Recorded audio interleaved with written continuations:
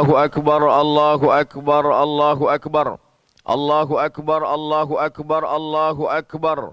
Allahu Akbar, Allahu Akbar, Allahu Akbar kabira. Walhamdulillahi katsira. Wa subhanallahi bukratan wa asila. La ilaha illallah wa la na'budu illa iyyah. Mukhlishina lahuddin. Walau karihal kafirun. Walau karihal musyrikun. Walau karihal munafiqun. La ilaha illallah wahdah. Sadaqa wa'dah. Wa nasara abdah. Wa a'azza jundahu wa hazamal ahzaba wahdah. Alhamdulillah. Wassalatu wassalamu ala rasulillah. Sayyidina wa maulana Muhammad ibn Abdillah. Wa ala alihi wa sahbihi wa man tabi'ahu wa mawalah. Ashhadu an la ilaha illallah wahdahu la sharika lah. Wa ashhadu anna sayyidina Muhammadan abduhu wa rasuluh. Wa safiyuhu min khalqihi wa khaliluh. Addal amanah wa ballagha risalah. Wa nasaha lil ummah. Wa tarakana ala al-mahajjatil bayda. Lailuha kanahariha la yazighu anha illa halik. Allahumma salli ala sayyidina Muhammadin an-nabiyil ummi wa ala alihi wa sahbihi wa barik wa sallim. Qala Allah Ta'ala fil Qur'anil azim wa huwa asdaqul qailin. A'udzu billahi minasy syaithanir rajim. Ya ayyuhalladzina amanu taqullaha haqqa tuqatih wa la tamutunna illa wa antum muslimun. Wa qala ta'ala fi ayatin ukhra.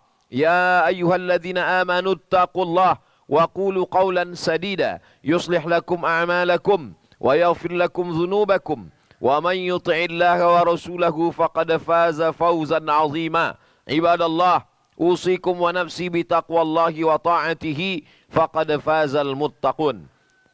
Hadirin hadirat jamaah Idul Adha yang dimuliakan Allah Subhanahu wa taala. Hari ini hari yang digantikan Allah Subhanahu wa taala, menggantikan 2 hari raya jahiliyah. Ketika Nabi SAW sampai ke kota Al-Madinah Al-Munawwarah, qad abadalahuma khairan minhuma. Allah sudah menggantikan hari raya jahiliyah kamu dengan 2 hari raya yang lebih hebat, yang lebih dahsyat, yang lebih besar. Itulah dia Idul Fitri dan Idul Adha. Pada hari ini, saudara-saudara kita di Tanah Suci berkumpul dari mulai Mina ke Padang Arafah, dari Arafah ke Muzdalifah, dari Muzdalifah kembali ke Mina melantar jumrah ula, wusta dan aqabah. Setelah itu akan dilanjutkan ke kota Makkah Al-Mukarramah melaksanakan tawaf, ifadah dan sa'i. Sedangkan kita di tanah air, di seluruh penjuru dunia mengagungkan Allah Subhanahu wa taala pada 3 hari. Pada 4 hari lengkapnya, hari nahar ditambah 3 hari tasyrik. Hari ini hari nahar, hari menyembelih, dilanjutkan dengan besok sampai tanggal 13. Maka selama 4 hari ini kita mengagungkan Allah. Allahu Akbar, Allahu Akbar, Allahu Akbar. La ilaha illallah wallahu akbar. Allahu Akbar walillahil hamd. Kalau ujian hidup ini besar, maka ada yang maha besar tempat bersandar. Maka kita akan katakan Allahu Akbar. Kalau kita merasa diri kita besar, besar karena jabatan, besar karena kekuasaan, besar karena popularitas, besar karena harta dan ilmu, maka kita katakan Allahu Akbar. Allah yang lebih besar. Kita kecil, kita tidak ada apa-apanya. Pelajaran pertama yang dapat diambil dari Idul Adha, betapa besarnya ujian Nabi Ibrahim alaihissalam. Nabi Ibrahim terlahir sebagai seorang anak, ayahnya tidak beriman. Wa idh qala Ibrahimu li abihi azara. Ingatlah ketika Ibrahim berkata kepada bapaknya, atattakhidhu asnaman alihah. Mengapa engkau menyembah berhala? Ujian pertama adalah menghadapi keluarga. Kalau hari ini kita dihadapkan pada keluarga yang belum salat, keluarga yang belum menutup aurat, maka sesungguhnya ujian Nabi Ibrahim jauh lebih besar daripada ujian kita. Kalau ada anak yang sudah hijrah, bapaknya belum lagi mau menempelkan keningnya ke lantai. Kalau ada seorang anak perempuan yang sudah hijrah, tapi ibunya belum lagi menutup kepalanya, maka sesungguhnya ujian Nabi Ibrahim jauh lebih besar. Maka kita katakan Allahu Akbar. Ujian kita ini belum ada apa-apanya. Ketika Nabi Ibrahim alaihissalam mengajak ayahnya untuk menyembah Allah, apa kata Azar? Illam tantahi, kalau kau tidak berhenti menceramahi aku, kalau kau tidak berhenti mendakwahi aku, la arjumannaka, aku akan lempar engkau pakai batu sampai mati. Wahjurni maliya, tinggalkan aku untuk waktu yang lama. Jangan lagi engkau sebagai anakku, jangan lagi engkau mendakwahi aku, tinggalkanlah aku. Nabi Ibrahim tidak berkata kasar. Apa kata Nabi Ibrahim? Salamun alaika, keselamatan untukmu wahai ayahku. Sa'astaghfirulaka rabbi, aku tetap akan memintakan ampun kepada Allah. Innahu kana bi hafiyya, sesungguhnya Allah itu amat sangat dekat dengan aku dan dia mengabulkan doa-doaku. Itulah layaknya seorang yang mengajak ke jalan Allah Subhanahu wa taala. Selesaikah Nabi Ibrahim dengan ujian hidup? Belum. Lulus ujian menghadapi keluarga, dihadapkan lagi dengan ujian berikutnya, menghadapi ujian umat. Nabi Ibrahim berhadapan dengan orang-orang yang menyembah matahari, menyembah bulan, menyembah bintang gemintang. Maka kalau ada orang mengatakan Nabi Ibrahim mencari Tuhan, dengan beberapa ayat, ketika Nabi Ibrahim melihat bulan, dia berkata, hadza rabbi, ini Tuhanku. Falamma afala, ketika bulan menghilang saat matahari terbit, innallaha la yuhibbul afilin, Allah tidak suka pada sesuatu yang hilang, yang musnah, yang sirna. Allah hayyun maha hidup, Allah wujud, maha ada, wajibul wujud, pasti ada. Maka sesuatu yang hilang bukan Allah, yang mati bukan Allah. Allah la ta'khudhuhu sinatun, dia tidak mengantuk, wala naum, dia tidak tidur. Maka Nabi Ibrahim tidak mencari Tuhan. Ketika Nabi Ibrahim melihat matahari, hadza rabbi, hadza akbar, ini lebih besar. Falamma afalat, ketika matahari hilang saat malam tiba, maka sesungguhnya yang hilang bukan Tuhan. Allah Subhanahu wa taala maha ada, pagi, petang, siang dan malam. Yang kita sembah di waktu pagi, dia juga yang kita sembah di waktu malam. Nabi Ibrahim berhadapan dengan para penyembah matahari, bulan dan bintang-bintang. Sekarang kelompok ini disebut mereka yang percaya kepada perbintangan, ramalan. Sampai hari ini masih ada manusia yang percaya bahwa nasibnya ditentukan oleh peredaran matahari, bulan dan bintang.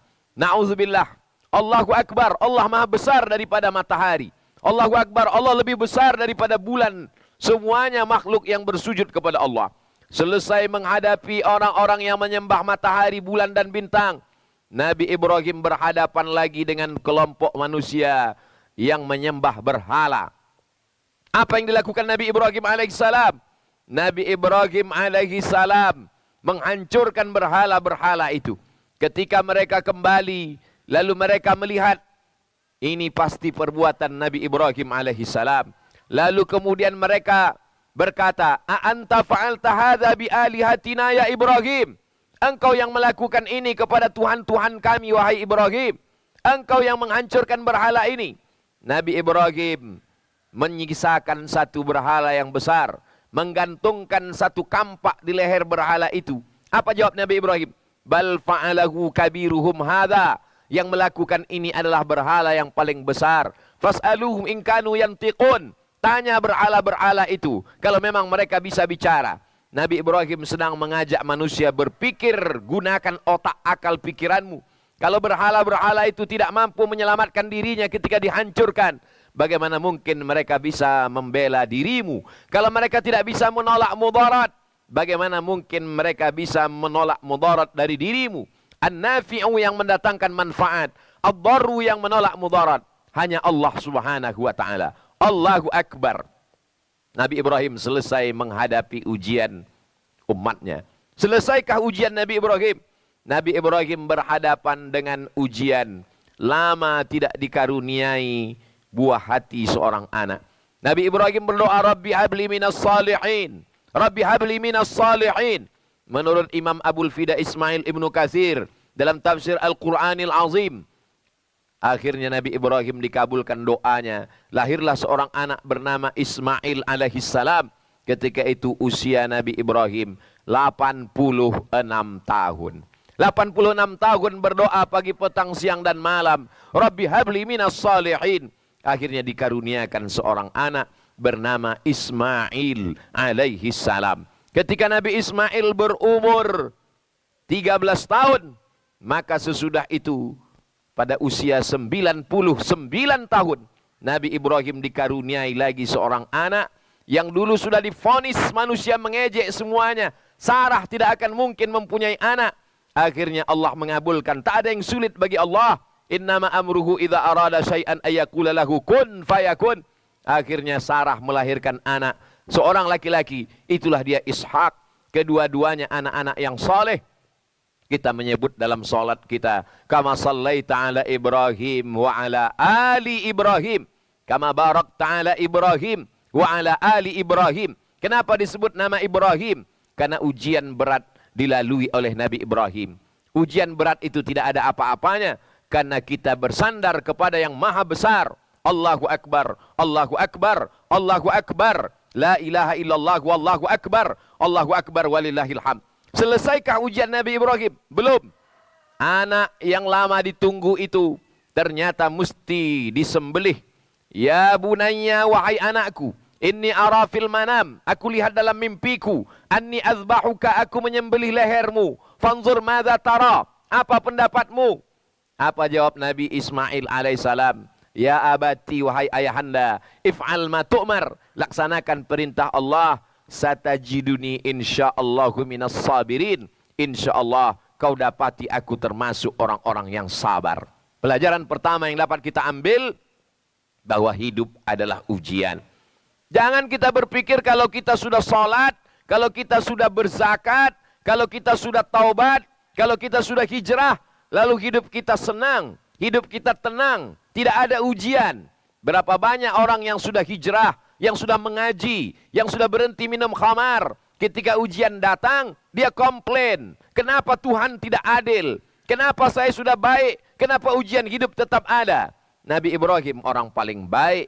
Nabi Ibrahim dipilih Allah di antara nabi-nabi. Nabi Ibrahim dipilih Allah di antara rasul-rasul, salah satu ulul asmi. Tapi ujian hidupnya tetap ada. Apalagi kita, Islam tidak membuat orang berubah. Yang dirubah itu adalah cara pandang kita. Kita tetap sakit, tapi kita tidak menganggap sakit itu sebagai laknat. Boleh jadi sakit itu adalah cara Allah menghapuskan dosa-dosa. Kita mungkin tetap kesulitan ekonomi, tapi kita tidak menganggap kemiskinan itu sebagai laknat. Boleh jadi menurut ilmu Allah, tidak kaya lebih baik daripada kaya melupakan Allah subhanahu wa ta'ala. Tapi kita tetap berusaha dan berikhtiar, mencari rezeki untuk punya uang, membangun masjid, berkurban. Fasalli li rabbika, salatlah, wanhar, dan berkurbanlah. Berkurban orang kaya, membangun masjid orang kaya, melaksanakan ibadah haji orang kaya. Tapi kalau sudah berusaha, ikhtiar, rezeki belum juga kunjung tiba, tidak ada jalan lain kecuali berhusnuzan kepada Allah subhanahu wa ta'ala. Allahu Akbar, Allahu Akbar, Allahu Akbar, la ilaha illallah wallahu akbar, Allahu Akbar walillahil hamd. Pelajaran kedua yang dapat kita ambil dari Idul Adha, bahwa kita diperintahkan untuk menyembelih hewan kurban. Fasalli li rabbika, perbanyaklah salat, beribadah kepada Allah untuk membalas apa? Inna a'tainakal kautsar, kami sudah memberikan nikmat yang besar kepada engkau. Sudah kami berikan engkau nyawa hingga hidup di atas muka bumi Allah.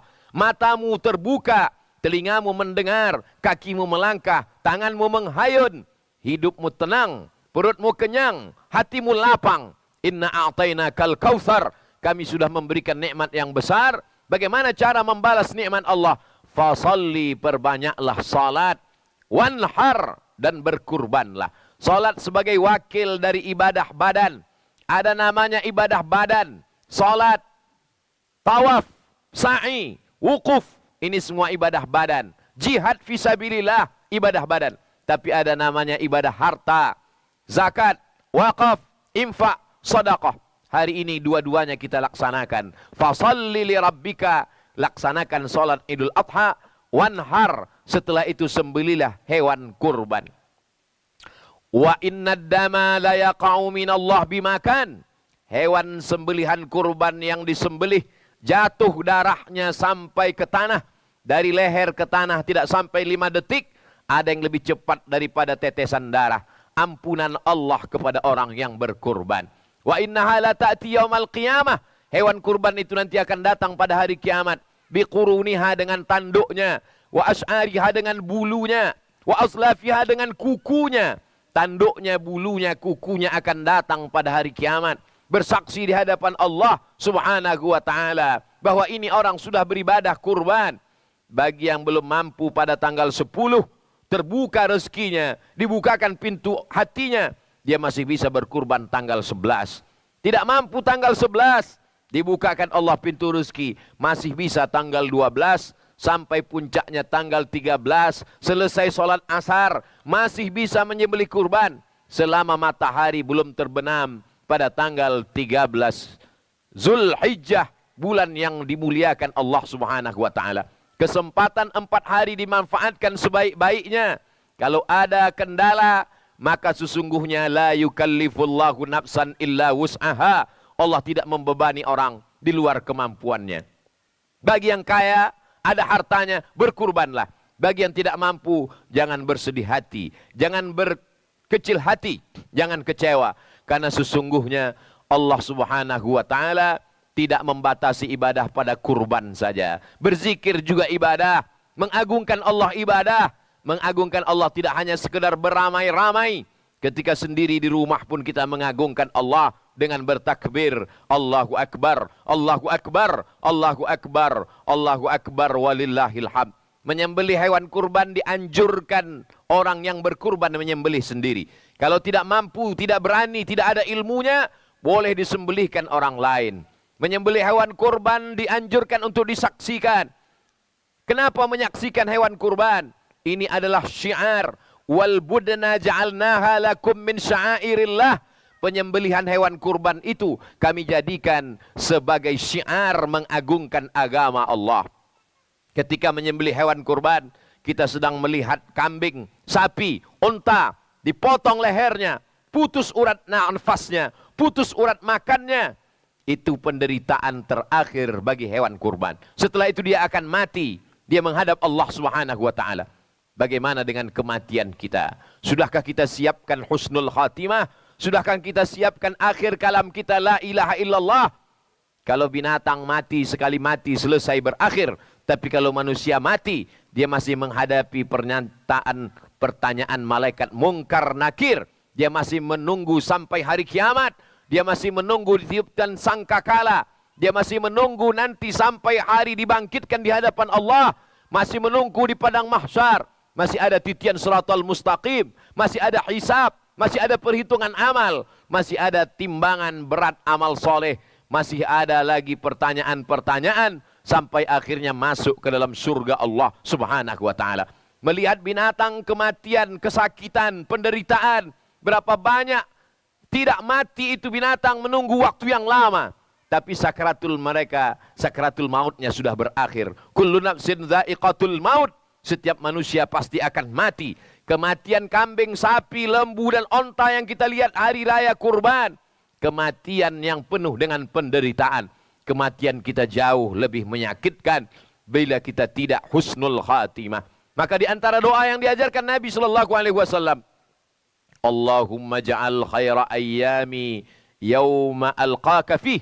Jadikanlah sebaik-baik hariku, hari pada saat aku mati husnul khatimah. Aku bisa bertemu dengan engkau ya Allah. Faman kana yarju liqa'a rabbih. Siapa yang berharap berjumpa dengan Allah, falyamal amalan salihah. Maka hendaklah dia beramal saleh. Wala yusyrik bi'ibadati rabbih ahada. Yang dibawa bekal hanyalah amal saleh. Dan tidak mempersekutukan Allah subhanahu wa ta'ala. Sapi kurban yang disembelih mati selesai. Tapi kita masih meninggalkan hutang piutang. Ahli waris. Yatsma'ul mayyita salasun. Yang mengiringi mayat ada 3. Yang pertama ahluhu, istrinya, anaknya, kawannya, sahabatnya, jamaahnya, tetangganya ikut mengiring ke liang lahat. Yang kedua maluhu, hartanya, mobilnya, kendaraannya, semuanya dibawa ke pelataran parkir. Tapi pada akhirnya wa yabqa wahidun, yang tinggal cuma 1. Yarji'u tsnani, yang 2 pulang ke rumah. Anak istri akan pulang ke rumah. harta akan pulang. Yang tinggal hanya satu, wa yabqa wahidun, yang tinggal hanya amaluhu. Kalau pernah kaki dibawa ke masjid, kalau pernah tangan bertasbih, kalau pernah mulut membaca Al-Quran, kalau pernah berzakat, berinfak dan bersedekah, itulah yang akan dibawa menghadap Allah Subhanahu wa taala. Allahu akbar, Allahu akbar, Allahu akbar, walillahil hamd. Pelajaran ketiga yang terakhir yang dapat kita ambil dari Idul Adha adalah bagaimana mendidik anak seperti didikan yang diperoleh oleh Nabi Ismail alaihi salam. Lagi-lagi kita diingatkan, beberapa hari terakhir kita didapatkan, dibacakan berbagai macam berita bagaimana kelakuan anak-anak yang merusak harkat martabat orang tua. Terlalu buruk perbuatannya untuk dibacakan, disebutkan pada khutbah yang suci. Kita membaca setiap hari di media sosial bagaimana kelakuan anak-anak zaman ini. Ini semua tanggung jawab. Kullukum ra'in, setiap kepala rumah tangga adalah pemimpin, wa kullukum mas'ulun ar ra'iyatih. Kelak akan ditanya di hadapan Allah Subhanahu wa taala. Kemana kita masukkan anak-anak kita? Pilihlah sekolah yang menanamkan akidah Ahlus Sunnah wal Jamaah. Masukkan ke lembaga pendidikan yang membacakan Al-Quran, menghafalkan Al-Quran, memahamkan Al-Quran. Tidak ada yang dapat membentengi anak-anak kita dari arus globalisasi, tantangan zaman yang luar biasa, kecuali pendidikan agama.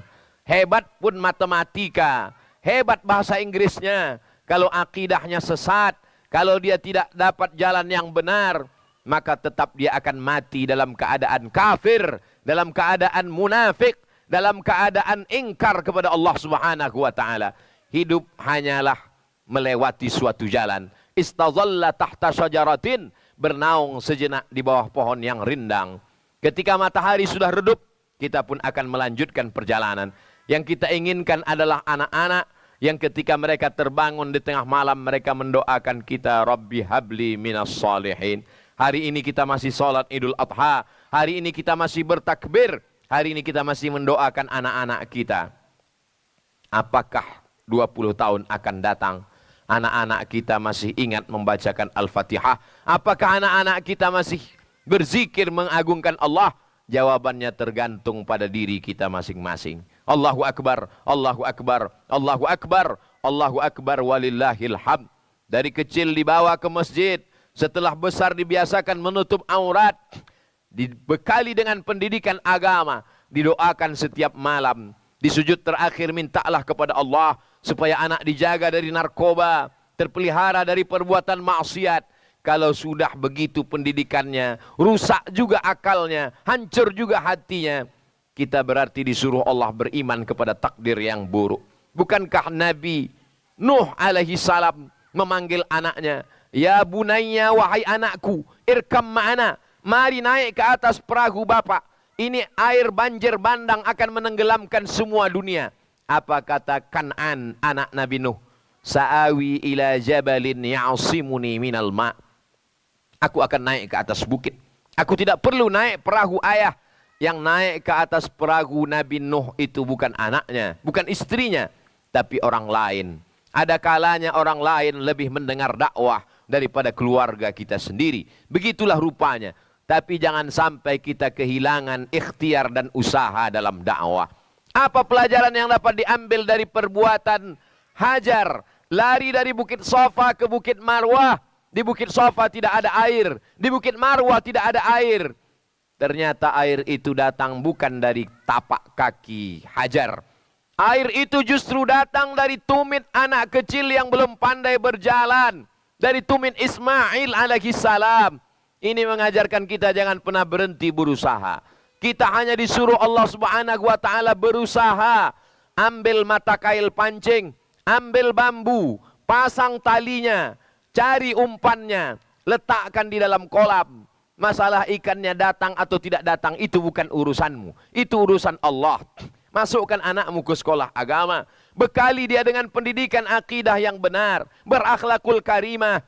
Adapun masa depannya, serahkan pada Allah Subhanahu wa ta'ala. Kita akan mati menghadap Allah. Kita ingin kita meninggalkan baldatun thayyibatun wa rabbun ghafur. Pikirkan, di alam barzah jauh lebih lama daripada alam dunia. Imam Al-Ghazali meninggal tahun 505. Sekarang sudah tahun 1444 Hijrah. Artinya apa?